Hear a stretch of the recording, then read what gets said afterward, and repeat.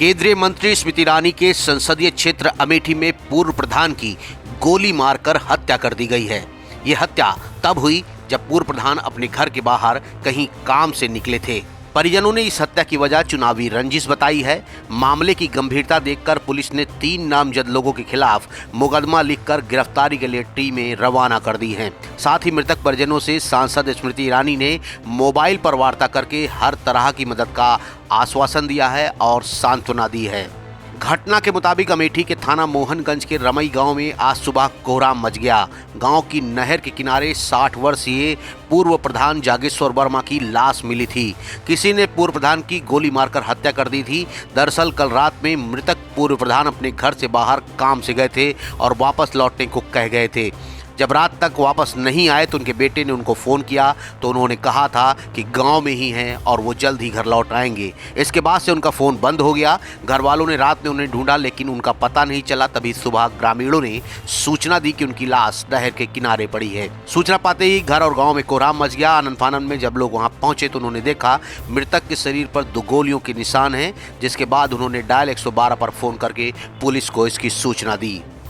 काम का नहीं कर रहे हैं, हम नहीं जाना। कई बजे निकले हैं साहब? सुबह निकल रहे हैं, घर का नहीं गए भैया, तो घर का नहीं गए। 7 बजे फोन मिलवावा कहीं गांव के किनारे हमन, तो हम कहा बप्पा ओ भाई करिए। 9 बजे फिर फोन करवावा तो बप्पा का मोबाइल नहीं उठा।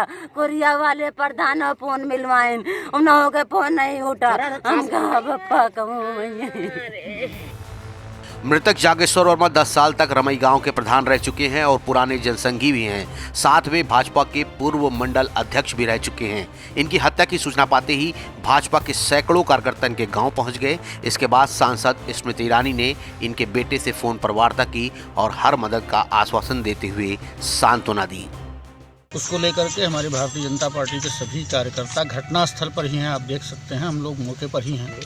उसको लेकर के पूरी पार्टी स्तब्ध है और दुखी है। उसी क्रम में हमारी सांसद दीदी स्मृति ईरानी ने भी उनके परिवारीजनों से फ़ोन पर बात की है और उनको आश्वासन दिया है। और साथ में हम लोगों के समय रहते हुए ही जिले के पुलिस अधीक्षक महोदय भी आए हैं और उन्होंने पूरी तरह से कार्रवाई करने का आश्वासन दिया है। इस पर पूरी कार्रवाई होगी।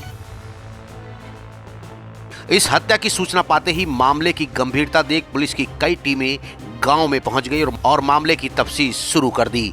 मामले में मृतक परिजनों की दी गई तहरीर के आधार पर 3 लोगों के खिलाफ नामजद मुकदमा पंजीकृत कर लिया गया है और पुलिस ने इनकी गिरफ्तारी के लिए टीमें भी रवाना कर दी है। ये पूरा मुकुंद गांव में जागेश्वर वर्मा जी की कल रात से घर पर नहीं आए थे। आज सुबह उनका शव यहीं मिला है जब मैं घटनास्थल पर आया हूँ।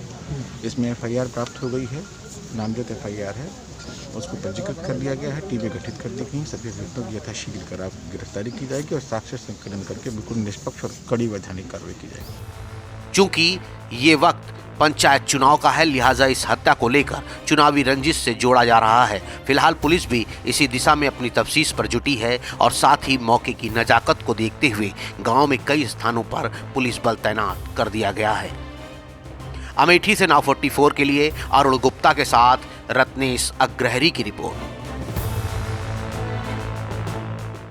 सुल्तानपुर और अमेठी की सबसे पहले और सबसे तेज खबरें देखने के लिए सब्सक्राइब करें Now 44 न्यूज चैनल।